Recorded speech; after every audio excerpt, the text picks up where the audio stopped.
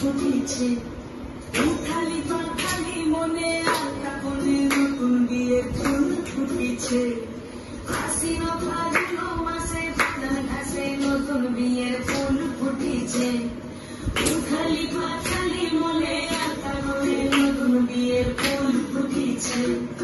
এই গো পিয়ালি রে এই গো